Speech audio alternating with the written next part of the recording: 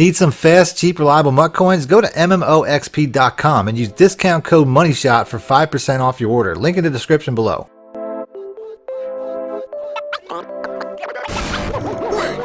Welcome back, YouTubers and Madden fans. This is MADDENMONEYSHOT, sniffing out the Madden cheese. Always got another gameplay / tip video for you today. I like making tip videos. If you guys enjoy these tip videos, make sure to hit the like button, because I know when I make money play videos and blitzes, defenses, glitch videos, I got a lot of complaints. People say, "Oh man, you're the reason that yada yada yada, you're destroying the game." I don't really think that's the case, but you can't really say that when it comes to tip videos. So if you want to see more tip videos like this, these are the type of videos you really can't complain, because all this really is just ways to be better at the game. Everybody can use pointers and tips to be better at the game. Now, this particular video, I'm going to focus on the little things, because to me, the little things, tips really win games more than money plays. If you really want to know the truth about it, money plays can be stopped. It's playing the game right that really makes the biggest difference. So these are little tips that really go a long way to being a better player. So on offense, starting off, I'm going to start off with a scheme that I put out not too long ago. One of the most important tips to me is make sure that your schemes mirror one another. The plays mirror one another. This play right here, all I really do is motion at that RB route, and it's it's almost a one-play touchdown right off the bat, as you can see right there. The very next play, I'm going to go right to the run play, which is essentially the same thing. Make the exact same motion, only now I have a stretch play. When you mirror your plays in schemes like this, it's going to be very hard for your opponent to diagnose and stop you. So keep that in mind. That's something that you can do throughout the entire game. That's always going to have a positive effect. So next play, I don't really have nothing. I roll out, I get sacked. I tried to playmaker that B route and make a play out of it, but it wasn't there.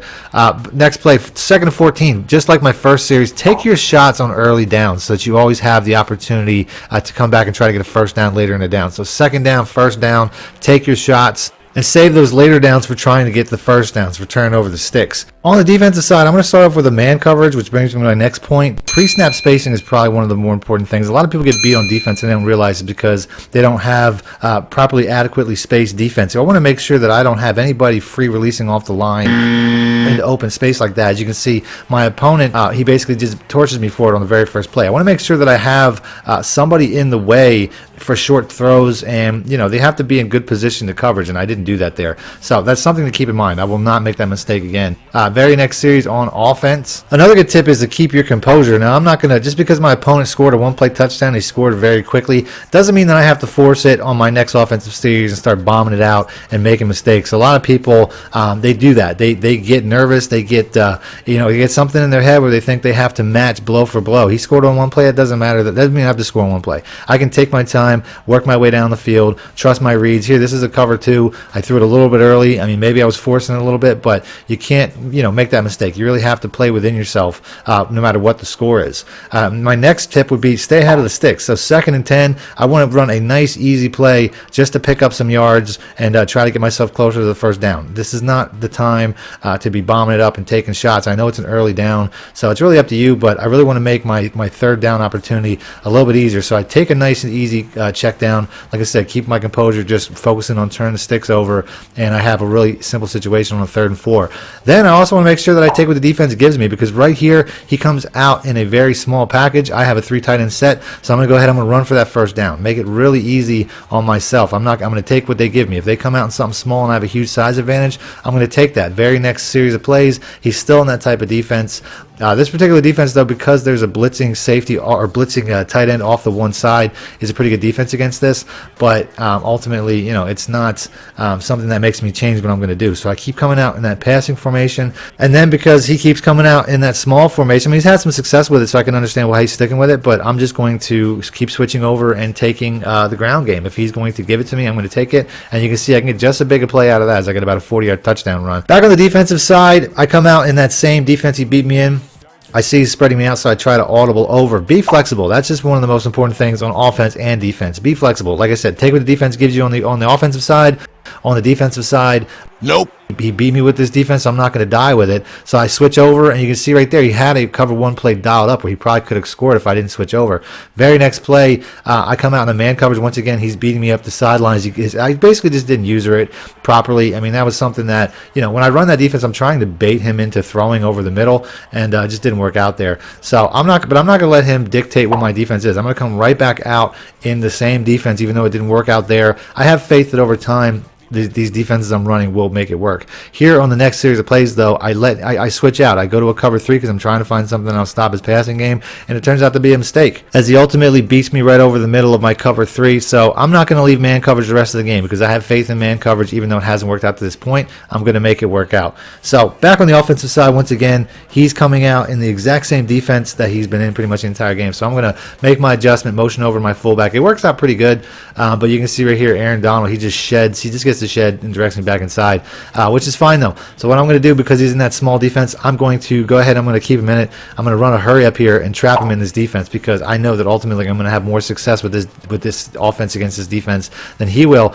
Even though in the very next play I come up short, but we're going to keep going. Like I said, we're just going to keep him trapped in this. Run the hurry up one more time. I'm going to flip it to the tight end side because there's nothing but space over there, and I've been having a little bit more issues running into that blitzing cornerback. So I get the first, but remember, if your opponent makes a mistake and comes down to bad defense, capitalize on it, trap him in it, run a hurry up on him, keep him in it. On the next series, I pick a man cover 1 beater because he's been running a lot of man cover 1. But since I flipped the play, it also flips the icons, and I just by instinct I hit the X button thinking it's going to be the tight end. The tight end's the route, as you can see right here. He gets enough space that I could have had a man beat, but since I hit the wrong button, I throw it up for a pick. All I did to mess that up was flip the play, and it just totally messed up my instincts and my timing. Very next series on defense, whenever you set up a defense, you always want to try to funnel the play to the inside of the field. And that's the best way to play defense, because that's where the user is. So very next couple of plays, I'm really just, setting this up so that I'm funneling these plays right to the center, funneling it right at me. That's how I'm going to set up this defense. And the Mike Blitz 0 against this type of defense, against this type of offense, an open backfield offense, is probably one of the best ways to go, as I'm going to get some really quick heat off the edge, and he's going to be forced to pretty much throw the ball to his quickest receiver inside to have any success. As you can see right here, we get the blitz off the edge. He's going to be running a lot of like inside slants and stuff like that, and that's pretty much going to be his only opportunity to make a play here.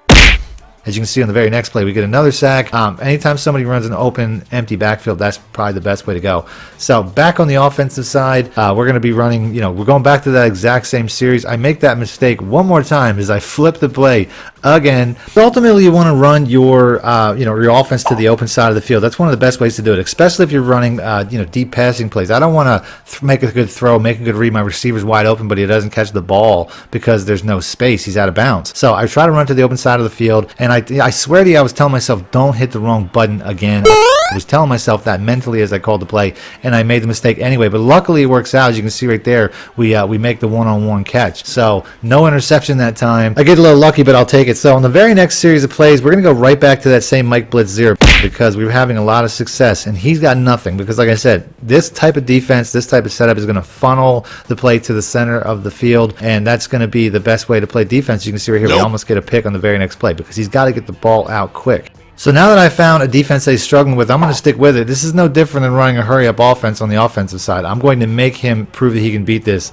and I'm just going to keep running this until either he figures out a way to beat it or the game's over and he quits. We're trying to win games here, and I know a lot of people don't like to hear that, but it is what it is. That's one of the best ways to do it. On the offensive side, trust the reads. This is a cover 3 play. This is a cover 3 beater. For some reason, I see spacing to the B route, and I think that I have something, and it totally costs me. Don't make reads in the middle of the play. Trust the reads of the play that beat the coverages that are there. You can see right there, now I'm right back in a position where I just basically gave him great field position. Very next play though, I stick with it and I get a beautiful user pick, and there's a reason for that. The catch button is pretty much the cure-all when it comes to to pass defense. You can see right there, basically hitting the catch button kind of worked me to the ball.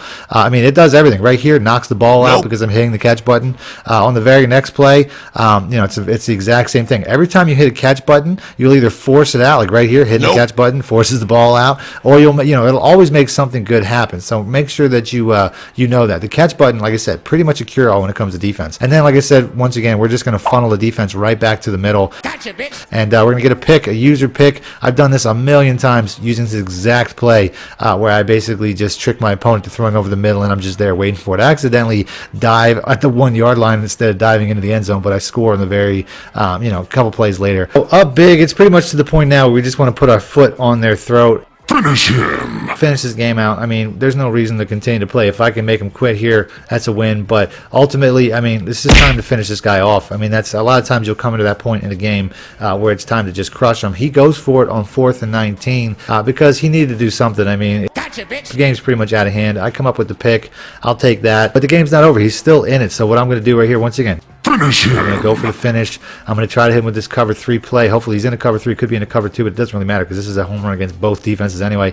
And we're going to finish him off. So that's it. He's going to quit. There's no real reason to keep playing anyway. If you guys like this video and you want to see more videos like this, do me a favor, hit the like button and I'll continue to do them. Other than that, thanks for watching Madden Money Shit out. Need more help or just want to show your support? Then head over to my Patreon and join my team, where you can get exclusive content like ebooks and bonus plays, as well as early access to my vids and more. Link in the description below.